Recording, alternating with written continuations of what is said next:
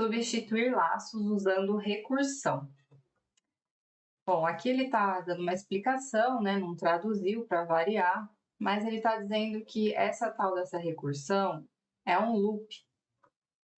E aqui embaixo ele tem uma função utilizando o for, que também é um loop. Então, aqui nessa função que se chama multiply, ou seja, é uma função que significa multiplicar em português, o que ela está fazendo? Ela recebe um array e ela recebe um número. Esse número vai ser o número de elementos do array que vão ser multiplicados. Então, assim, ele não vai multiplicar todos os elementos do array, ele vai multiplicar esse n aqui, né? Então, se eu passar 5, ele vai multiplicar os 5 primeiros números do array. Vamos supor, se meu array tiver 15 números, ele não vai multiplicar os 15, ele vai multiplicar os 5 primeiros. Porque eu passei 5, por exemplo, aqui.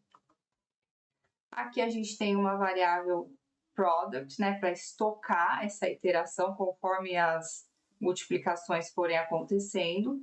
O valor inicial é 1, né, dessa variável, porque como a gente está lidando com multiplicação, 0 vezes outra coisa sempre vai dar 0. Então, a gente não pode começar com 0, tem que começar com 1. Aí aqui o for ele já está mostrando, né, que a iteração vai começar no 0. Daí ele, enquanto, né, o i for menor, aliás, aqui é 0 por causa do index, né, gente?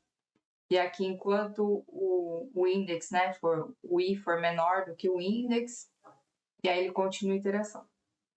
E aqui é a multiplicação e aqui ele retorna o valor da multiplicação, o total, né? Beleza. Aí, aqui embaixo, ele está mostrando que a gente pode fazer a mesma coisa, só que agora, ao invés de usar o for, a gente vai usar a tal da recursão, da recursividade.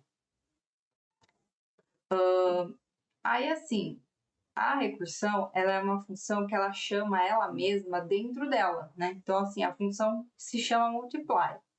Então, a gente vê, assim, que a gente tem a execução dela aqui dentro, né? Dentro dela mesma. Essa parte aqui, a gente não precisa entender muita coisa, porque isso aqui você pode, por exemplo, pedir para o ChatGPT.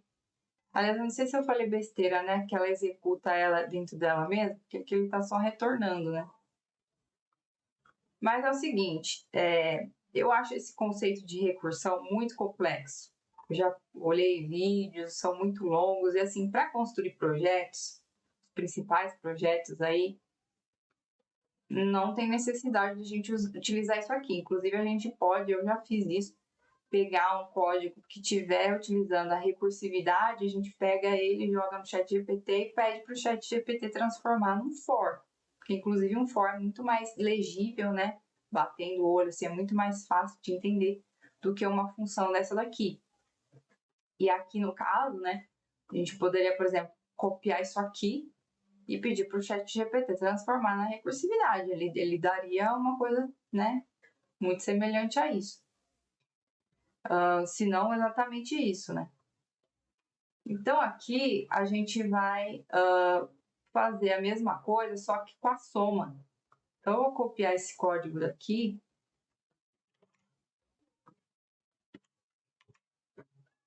E aí, aqui é uma soma, né? Então, vou mudar aqui. O nome da nossa função aqui é sum, né? Não é multiply. Eu vou trocar também. E aqui, por ser uma soma, não preciso retornar 1, eu posso retornar 0. Né? Porque 0 somado a uma outra coisa não vai alterar nada.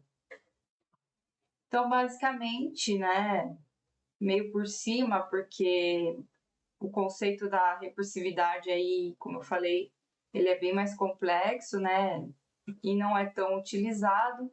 Quem quiser se aprofundar pode pesquisar, ver outros vídeos e tal, mas eu particularmente acho que não compensa perder tempo, né, principalmente quem quer ainda aprender HTML, CSS, outros frameworks, né, React, Node e outras coisas. Eu acho que perder tempo com isso aqui deixa para depois, né, assim, para se aprofundar, né? Agora, aqui para esse exercício, basicamente o que a gente precisa entender aqui é isso, né? Que algumas coisas dizem respeito ao index, né?